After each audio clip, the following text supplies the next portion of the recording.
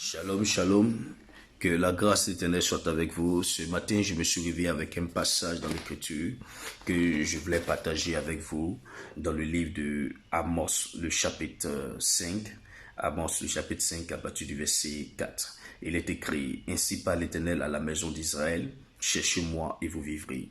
Ne cherchez pas Bethel, n'allez pas à Gilgal, ne passez pas à Beersheba, car Gilgal sera captive et Bethel anéanti. Cherchez l'Éternel et vous vivrez. Craignez qu'il ne saisisse comme un feu la maison de Joseph et que ce feu ne la dévore sans que personne à Bethel pour l'éternel. Bien-aimé, ce passage est vraiment très important, ce matin et je voulais partager cela avec toi.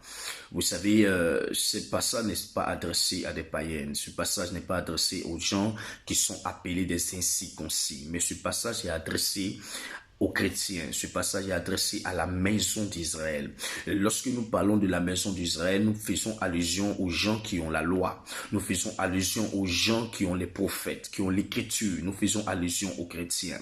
Et la Bible déclare que Dieu demande à ce que la maison d'Israël le cherche. Et que, parce que si la maison d'Israël le cherche, la maison d'Israël vivra. Ce qui veut dire que, normalement, pour un chrétien, dire à un chrétien de chercher l'Éternel, c'est comme si on dit à cette personne qui n'a pas l'Éternel.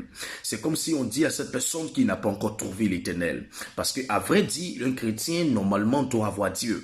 Mais ce qui est étrange dans ce passage, Dieu demande à ce qu'on le cherche. Et en lisant l'Écriture, j'ai vu que 83 fois dans toute l'Écriture, Dieu demande à Israël de le chercher. Dieu demande aux chrétiens de le chercher de toute sincérité du cœur et de toute leur âme, que Dieu demande à ce que nous puissions le chercher.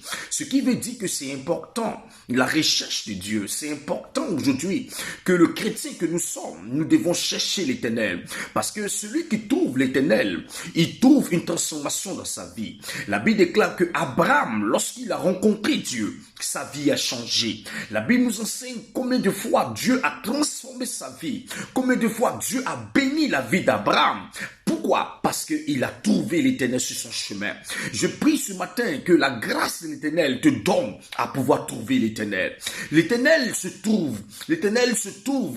révèle à celui qui le recherche. Se révèle à celui qui le cherche. Vous savez, aujourd'hui, la recherche de l'Éternel est devenue chose rare au sein de l'Église. Parce qu'aujourd'hui, ce qui importe, c'est nos besoins personnels. Ce qui importe, comment est-ce que je vais vivre? Comment est-ce que je vais devenir? Comment est-ce que ma vie va être?